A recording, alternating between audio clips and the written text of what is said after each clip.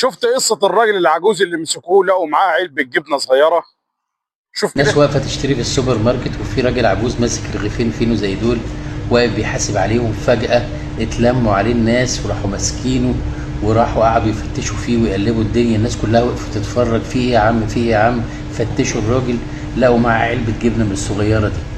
قالوا ده هو سارقها وباين في الكاميرات ان هو حرامي وبيسرق وبتاع. ايه يا عم في ايه؟ تعالى تعالى.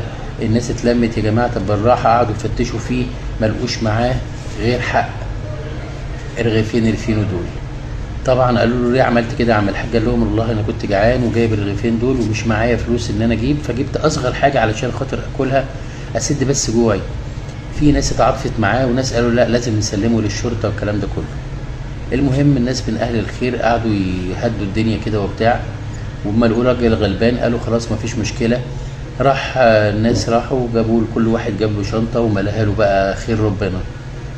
المهم الراجل كان واقف حزين، الدمعة متحجرة في عينه كده، وفجأة راح سابوه يمشي. بعد ما خرج قام الناس اللي في السوبر ماركت بصوا، لقوه سايب على باب السوبر ماركت كل الشنط اللي الناس اديتها له، وساب كمان رغيفين الفينو اللي هو اشتراهم ودفع حقهم. كسرت نفسه قدام الناس وضيق حاله، وان هو عنده عزة نفس وكرامة عالية، فضل ان هو يمشي جعان ومحدش يمن عليه بحاجة.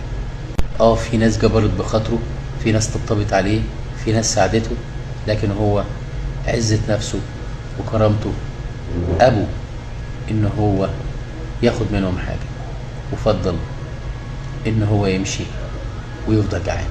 كسرة النفس والإهانة تخلي عزيز النفس يفضل انه يموت من جوع ولا يقبلش حاجة من حد. فعشان كده لازم نحس ببعض ونطمن على بعض، ولما نلاقي حد محتاج نساعده، ومش لازم نعمل شو قدام الناس، بالراحة. النبي صلى الله عليه وسلم قال ليس المؤمن الذي يشبع وجاره جائع إلى جنبه، وحديث صحيح. والنبي صلى الله عليه وسلم قال ظل جبريل يوصيني بالجار حتى ظننت أنه سيورثه. فلازم نطمن على بعض.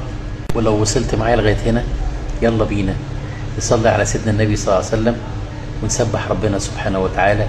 واوعى تنسى، عايزين نحس بغيرنا. في ناس عزيزه النفس عندهم استعداد ياكلوا من الزباله او يباتوا على لحم بطنهم وما يمدوش ايديهم لحد. يا ريت نحس ببعض وندور على الناس العفيفه دي. ابعتها لهم.